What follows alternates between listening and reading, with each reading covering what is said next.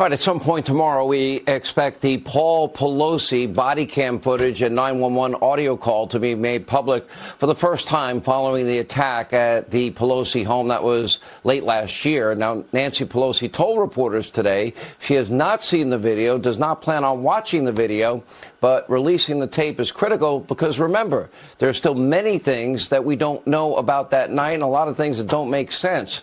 Did Paul Pelosi move toward or away from the officers? What did he say to them? Why didn't he seem more concerned about the presence of an intruder in his home? My next guest has exclusive information about what we're likely going to see and hear tomorrow. And joining us now is defense attorney Mark Geragos is with us. All right, so this is a weird case from the beginning. So Paul Pelosi makes a 4-minute call because an intruder is in the house. 4 minutes seems like an awful long period of time if an intruder is in your house to be talking to 911. I have an intruder in my house. Send police immediately. Here's the address. Boom. Hang up and protect yourself. That didn't happen. Then the police show up. Paul opens the door. Hey, guys, how are you? This is according to reports. That's the way it reads. Come on in. He didn't say, guys, he's in there. And apparently, I'm told that the weapon might even be seen on camera. We'll find out tomorrow. Apparently, you talked to somebody that saw this. What are we going to see tomorrow, Mark?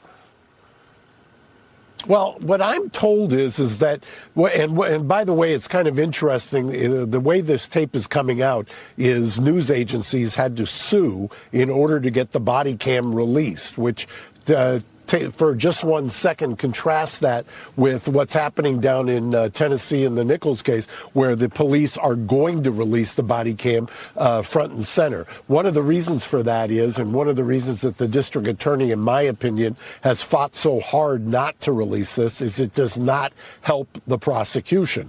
And what I'm told is that it's going to ask more questions than it answers once you see it. And I'm told also that you can see portions of the hammer from the body cam, and that one of the reasons, the only part of this that kind of befuddles me is I'm told also that the defense lawyer for this young man who supposedly broke into the house has joined in not wanting it released. And that is somewhat kind of confusing or perplexing to me, because by all accounts, the person who I talked to about this, it says it certainly raises more questions than it answers about what was going on. You've been a high-profile defense attorney for many, many years. Now, look, if somebody is a victim and they have an intruder in their house, my first instinct is going to be try to get to 911. If I can't, I'm going to be in the business of protecting my home, myself, my family. Now, if you get to make the phone call, which we know he did, and then the police show up, it doesn't seem like a natural reaction to say, oh, come on in, guys, casually. And then the attack, according to reports, came in front of the police officers when he, threw the hammer in the back of this guy's skull and nearly killed him. So that does not seem like normal behavior to me. If you have an intruder in your house, the cops show up, you run out the door and tell him he's in there, and the cops go in and do their job. Does that seem normal to you?